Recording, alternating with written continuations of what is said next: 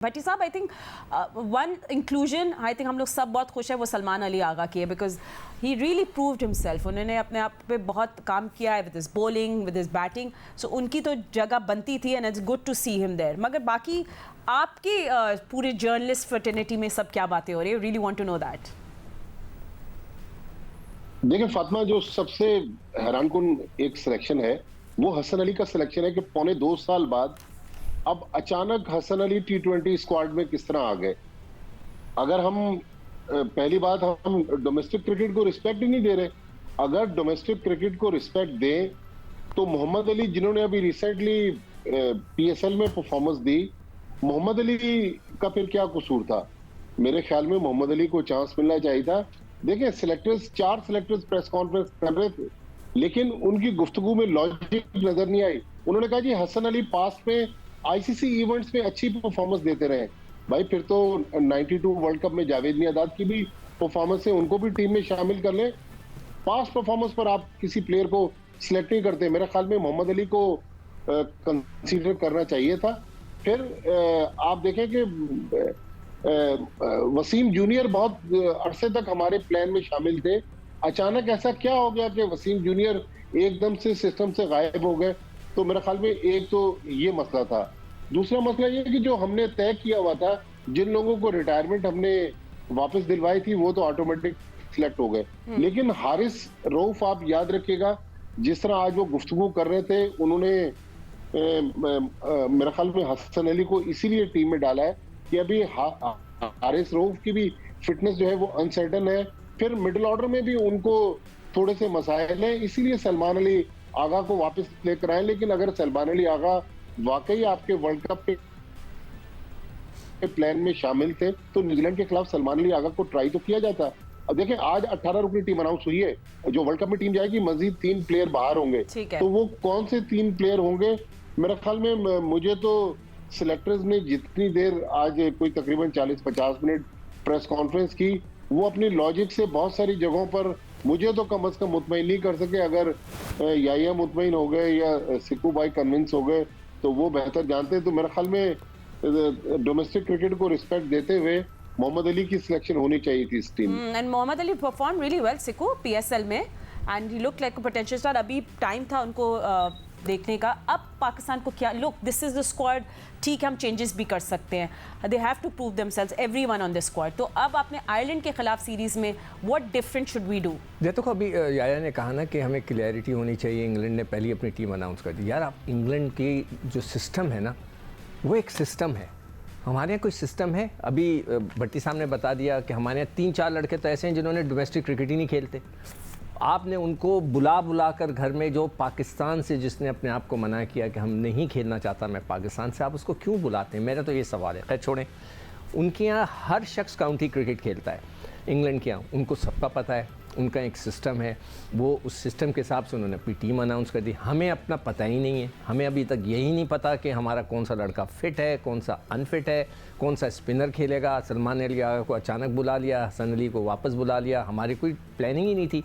तो खैर अब हो गया, तो मैं डेटा एक्सपर्ट से पूछूंगा कि आप ज़रूर ये डेटा निकालें कि हसन अली ने आखिरी मैच कब खेला था, हसन अली की इकॉनमी क्या थी, उनका स्ट्राइकिंग रेट क्या था, सारी चीज़ें आप निकालें और फिर उसके बाद फ़ैसला करें। और मैं जो पहले भी अपने कह चुका हूँ कि अगर आपने रोटेशन करनी, इन सारे लोगों को सिर्फ मैचेस खिलाएं। आप बाबर ना खेले, इन सब को खिलाए। इरफान को भी खिलाए, देखे तो वो फिट है या नहीं है।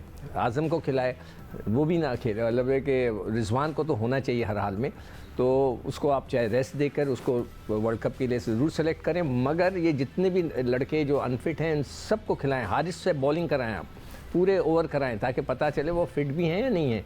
हर एक को खिला के देख लें, फिर उसके बाद आप फैसला करें।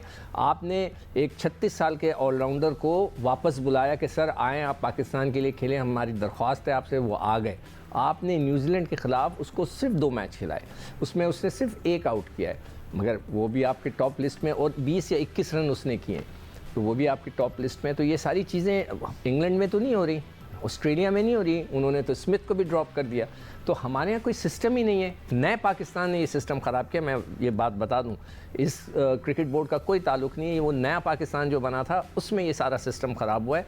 अगर वहाँ से इसको दोबारा आपने सही नहीं किया तो फिर हमारी क्रिकेट का अल्लाह ही हाफ़िज़। And you know, so difficult to get a spot. You can be lucky and इतना बहुत वेट हैंडल होती है या इसमें व्हेन आपको एक स्पॉट मिलती है अपनी टीम में रिप्रेजेंट करने के लिए वर्ल्ड कप में और इंग्लैंड में। अब आप मुझे बताएं कि वाई जो सब फैंस कह रहे हैं, मुझे मैसेजेस भी आए कि प्लीज़ आप सबसे ज़रूर पूछें अपने एनालिस्ट से कि वो ट्रस्ट क्यों करता है पीसीबी इतना ज़्यादा या मैनेजमेंट हसन अली पे। अब okay he has experience but then why? देखिए फातिमा, पहले तो प्लान का हिस्सा है नहीं with due respect Sikandar Bakht और वो तमाम लोग जो क्रिकेट को समझते हैं और वो मुसलसल क्रिटिसाइज़ कर रहे हैं मोहम्मद आमिर और इमाद वसीम की वापसी को लेकर कि आपने रिटायर प्लेयर को वापस बुला लिया। देखें, आमिर की रिटायरमेंट, इमाद वसीम की रिटायरमेंट सिर्फ इसलिए नहीं थी कि वो फर्स्ट क्लास क्रिकेट नहीं खेल रहे थे, उसके पीछे और भी मुहर्रिकात हैं। आप भी जानते हैं, माजिद भट्टी भी जानते हैं, इवन फातिमा आप भी जानती हैं। तो पहले तो उन्होंने रिटायरमेंट इसलिए ली थी और वापस आए हैं तो उनको क्रिकेट बोर्ड ने इस बात के लिए कायल किया, ठीक है ना, कि जी आप वापस आ जाइए, तो वो वापस आए हैं। उनकी बाकायदा तौर पर बात हुई है। तो इस पर कहना है कि जी आप रिटायर्ड प्लेयर को वापस लेकर आएँ, क्रिकेट तो वो खेल रहे थे और परफॉर्म भी कर रहे थे। अब इससे ज़्यादा इमाद वसीम क्या परफॉर्म करेंगे? हिस्ट्री के पहले प्लेयर बने PSL की तारीख है कि 3 आखिरी मैचों में प्लेयर ऑफ द मैच बने हैं। इस्लामाबाद यूनाइटेड को चैंपियन बनवाने में आमिर की कोयटा ग्लैडिएटर के लिए परफॉर्मेंस आपके सामने है। आप उनकी फिटनेस के ऊपर सवाल उठा सकते हैं, लेकिन ये कह देना कि जी गलत किया आपने, तो ये थोड़ा सा नाइंसाफ़ी हो जाएगी। अब अगर मैं आपके सवाल की तरफ आ जाऊँ तो Fatima, to be very honest, Wahab Riaz, Abdul Razzaq, Asad Shafiq and Mohammad Yousuf, उनकी क्रिकेट एबिलिटी के ऊपर किसी को कोई सवाल नहीं है। और जो chairman cricket board Syed Mohsin Raza Naqvi उनके ऊपर एतबार कर रहे हैं, टीम बनाने के हवाले से, कप्तान बनाने के हवाले से, अहम फैसलों के हवाले से, ये भी उनका बड़ापन है। लेकिन आपको ये बात समझनी पड़ेगी, सोचनी पड़ेगी कि जिस तरह माजिद भट्टी ने कहा कि हमारे ये जो चारों फॉर्मर क्रिकेटर्स हैं, इनकी कोई एक लाइन है ही नहीं, इनकी कोई एक सोच है ही नहीं जो टीम बनाते वक्त होनी चाहिए। अब मैं आपको बिल्कुल आसान जवाब दे देता हूँ हसन अली की वापसी के हवाले से। ठीक है जी, हसन अली पाकिस्तान के लिए खेल रहे हैं, इंग्लिश काउंटी में परफॉर्म कर रहे हैं, कोई बात नहीं, उनका एक कद है, उनका एक मुकाम है, वो खेलते रहे पाकिस्तान से।